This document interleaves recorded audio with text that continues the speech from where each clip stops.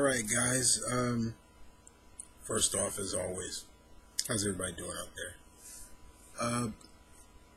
So finally pretty much the week is over, and the first week of returning shows or new shows that were on my radar, I was finally able to finish watching or so.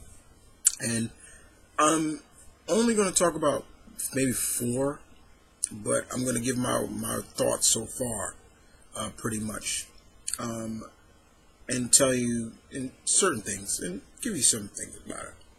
But just a few. Like I said, just going to do 4. All right, so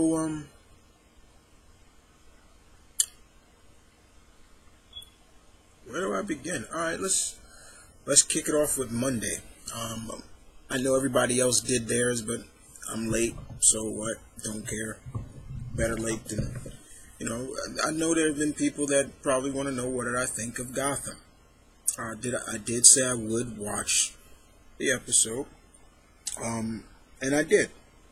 I watched it, and I wouldn't say it was bad, but it wasn't great. I did enjoy it because I looked at it from a different perspective. You see, I'm a crime drama, cop drama, crime drama fan. I love that stuff. And that's how I looked at it. I looked at it as a crime drama just based in the Batman universe. I'm not even going to lie. That's how I looked at it. If I looked at it from a different if I looked at it from the Batman perspective of like, this is the beginning of Gotham, then I would have been maybe upset, mad, like, the hell is this?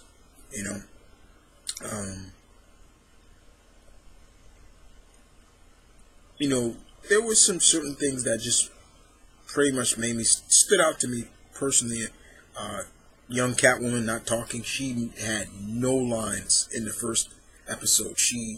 She just watched, stole, did what she wanted, and that was it. Fed the cats, and that was it. She witnessed the death of the Waynes, so it makes you wonder if they're gonna play that up. We pretty much saw almost all the characters that were that they shot a showcase before when they did the trailer. But except there was one character then there where I'm kind of wondering if that is who I think it is. There's a scene before Oswald, Future Penguin, gets branded as the traitor for Fish Mahoney. Fish is listening to a comedian talk. Now I'm wondering, is that supposed to be Joker? Makes you wonder. I liked Jada. I'm always going to have respect and love for Jada. I thought she did a pretty decent job as this up-and-coming crime boss. Donald Logan, who plays Harvey Bullock, is a different kind of Bullock, but I pretty much enjoy it. And I'm always forgetting the actor who's playing Jim. He plays the character pretty decent to a degree of you can believe, like, yeah, Jim would do that. That's how Jim would act, Seeing Renee Montoya was good, and they are playing up the fact that she is gay, she's homosexual, and there's been some kind of relationship between Barbara and, I'm like, whoa, okay, that's kind of caught my eye. I wonder if they're going to play that up even more. But like I said, I looked at it more from the crime drama perspective, and that what got me to like it more to the point of saying, like, okay, I can stay tuned and watch the next episode. Because if I had just watched it from just saying as a comic fan and just saying, well, okay, it's the Batman universe, I would be maybe a little bit disappointed, because of certain aspects, which I don't need to get into. But overall, I did like it. Now, also, Sleepy Hollow season 2 premiere continues to deliver where that first season left off.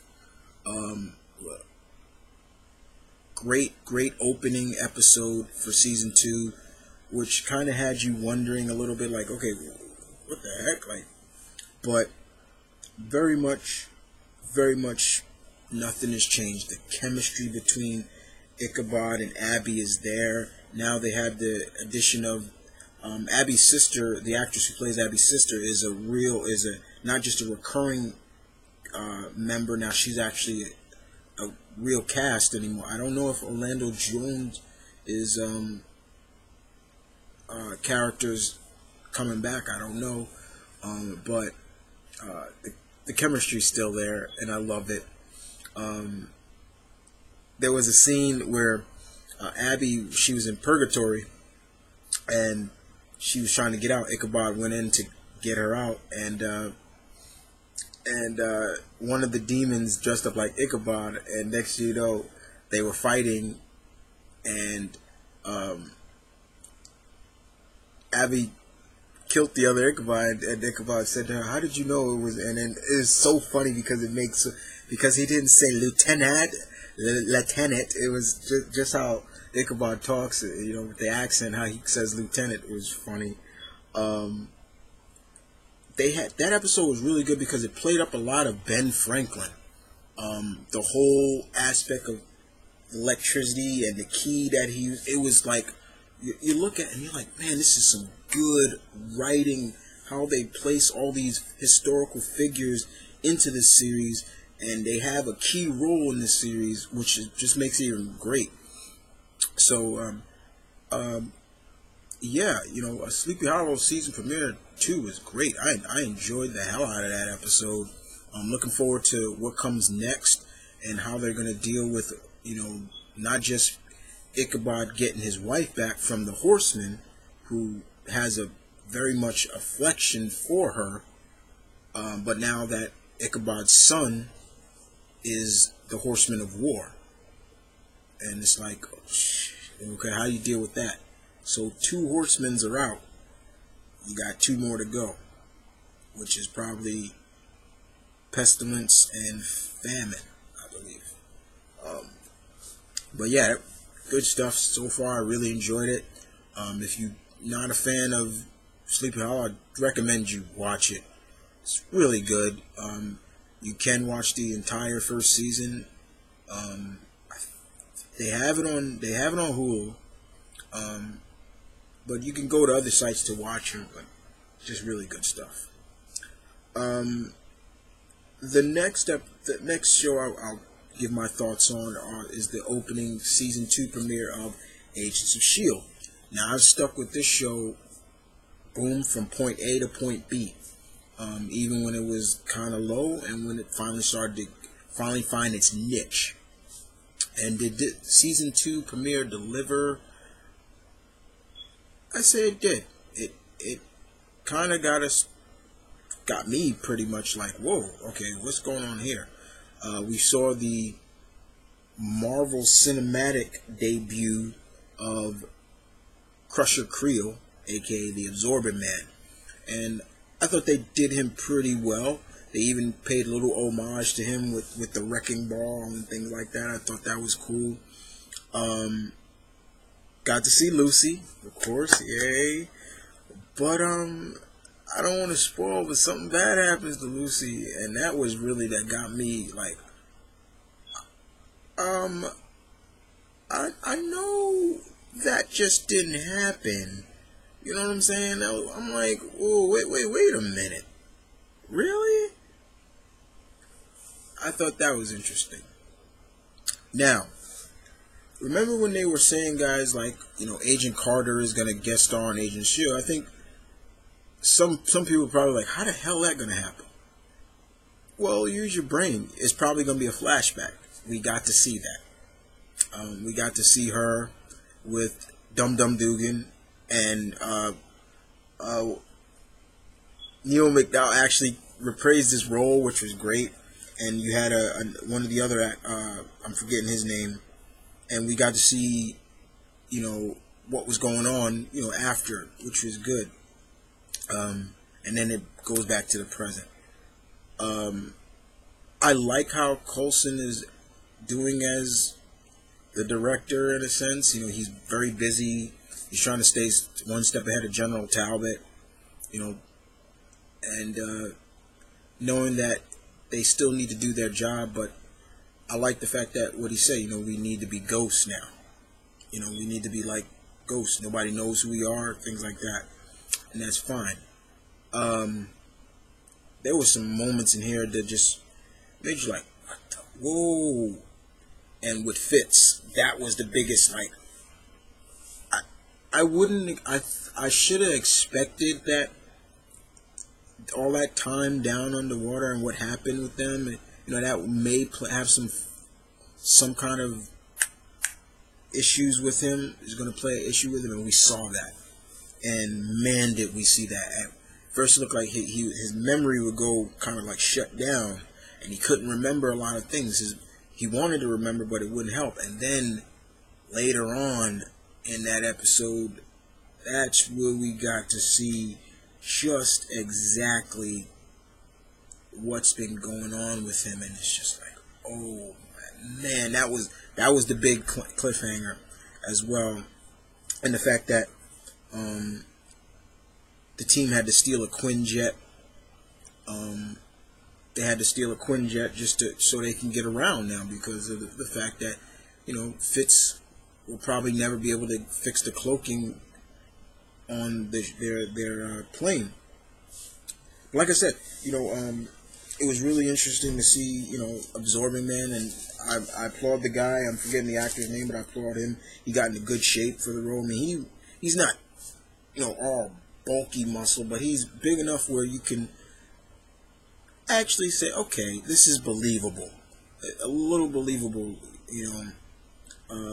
It was interesting that they took bits and pieces of Crusher, but the fact is that he loves changing into the element. It's almost like he gets off on that. I was like, okay, that's different. That's a little different from the real Zorb-Man.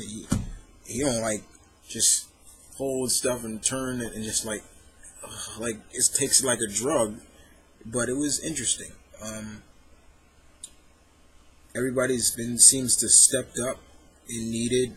Sky has been training with May, and all the different aspects. So I enjoyed it very much indeed. The last one I want to talk about, give my thoughts on, was a toss-up. I had to toss it up. It was between more shows that I watch or new shows that are coming.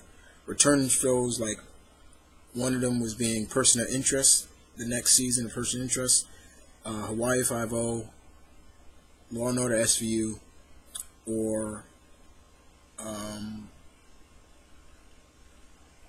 NCIS New Orleans. And so I flipped the coin, and it landed, and I kept doing that until, it came down to just two. It came down to Person of Interest and NCIS New Orleans.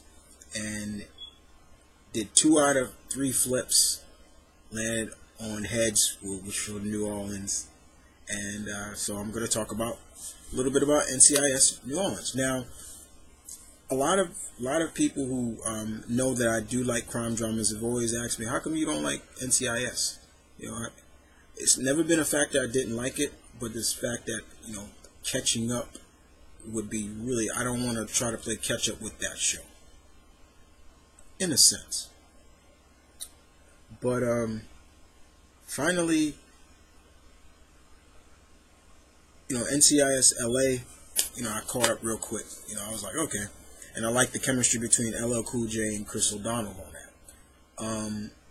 And then later on, they were saying that, NCIS once again is getting another spinoff, this time in the Big Easy, New Orleans. and the lead actor on there is one Mr. Scott Bakula. Right there, I was like, okay, I'm watching it. Scott Bakula is a great talent, in my opinion. I love him, but to me, he will always be Mr. Dr. Sam Beckett from Quantum Leap. But watching this series opening, enjoyed the hell out of it. You got to see, it shoots in New Orleans, which is great. I love that it shoots on location, and you get to see what New Orleans is all about. It's a blend of culture and music and cuisine and just life, just pretty much, and what goes on in that life, and kind of the aspect of how they portrayed, especially Scott Bakula's character portrayed as like, where you live in New Orleans defines who you are, and that was pretty interesting. I was thinking about that throughout. I'm like, really? The other biggest actors and actresses on there is C.H. Pounder, who you probably recognize the name from, who voiced Amanda Waller throughout all the cartoons.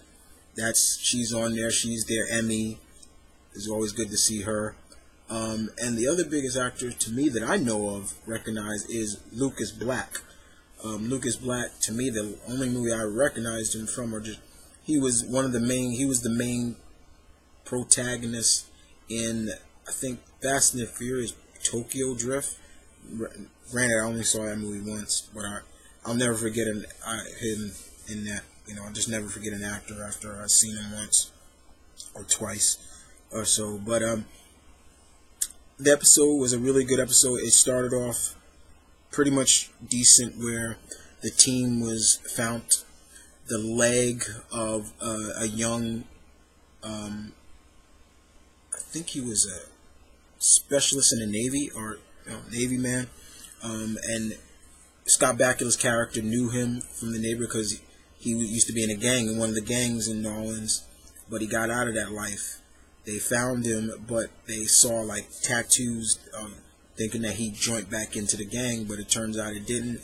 Things like that, and it ended with them discovering that it was a setup to just throw them off the case and the trail of knowing that if the kid went back into the gang, but he didn't, he was working really hard for the Navy, and he found out that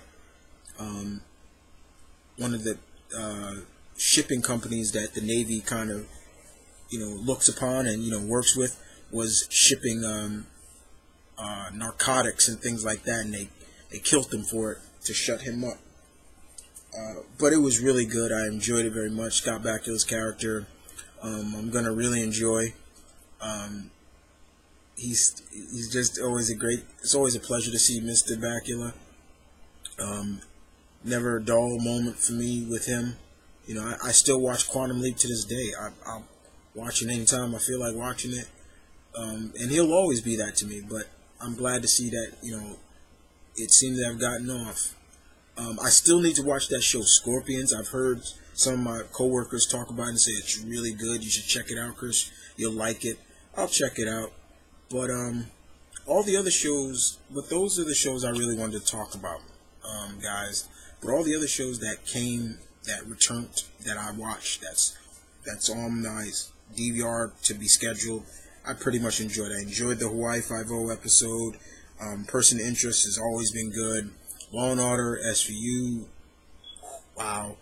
Glad to see that was a good hit. Now, of course, you're going to hear me give my thoughts on The Flash and Constantine, when the time comes.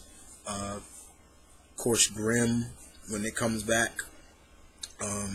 Some other shows too. Now, the question you probably asking yourself is, so Chris, are you gonna give us season reviews of, reviews of Gotham?